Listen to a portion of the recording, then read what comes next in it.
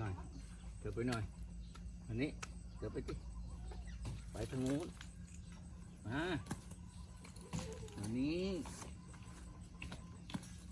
พออยู่เฉยเลยอยู่เฉยเลยเฉยเลย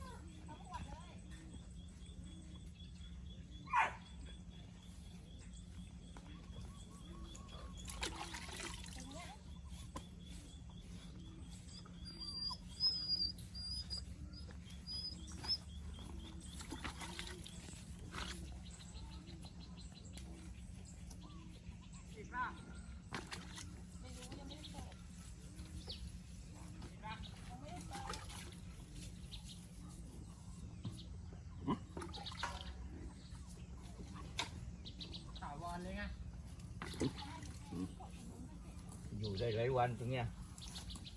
อยู่มันตรงนี้เนี่ยไม่แฉะ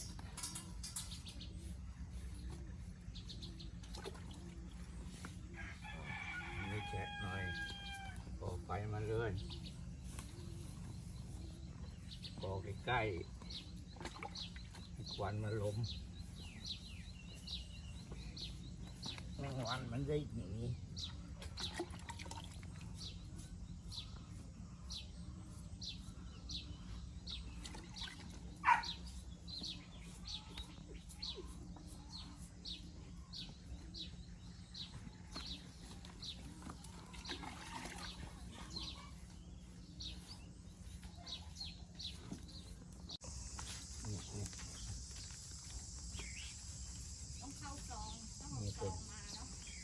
เป็น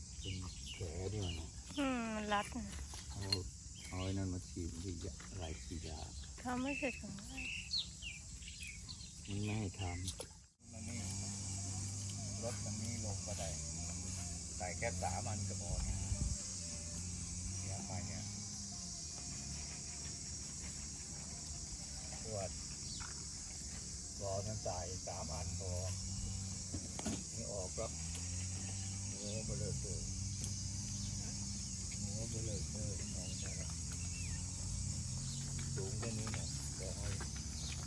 สูงตรงนี้ต้องสูงขึ้นไปก็ปล่อยเชือกโชคดีให้หน่อยดิ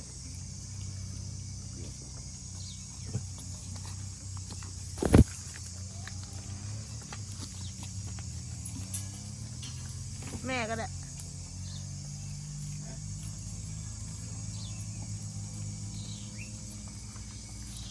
แก้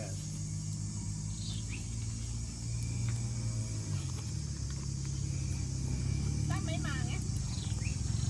น่าจะติดงานแล้วมั้งเดี๋ยวก็มา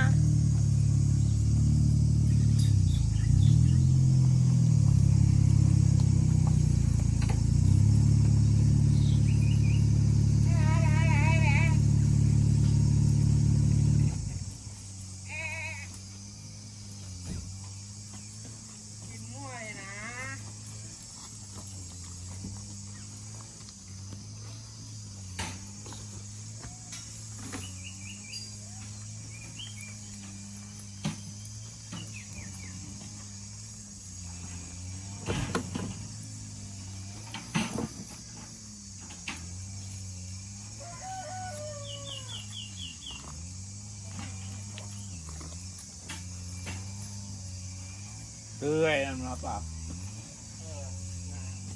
น่าดำ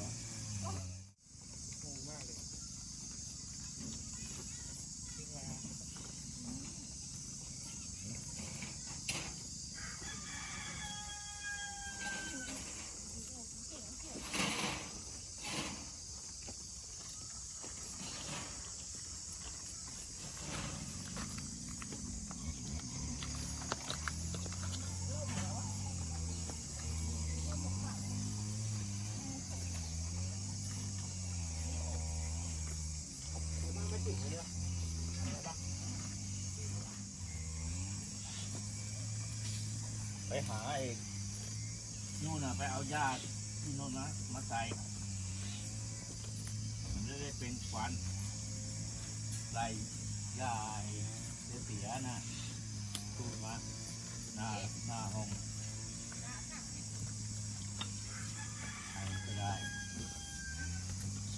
สูดหญ้ามาใส่ที่ เอ้ยติดอะไรอะลวดเปล่า ติดแล้วมันดึงหญ้ามันก็หญ้ามันนั่นกัน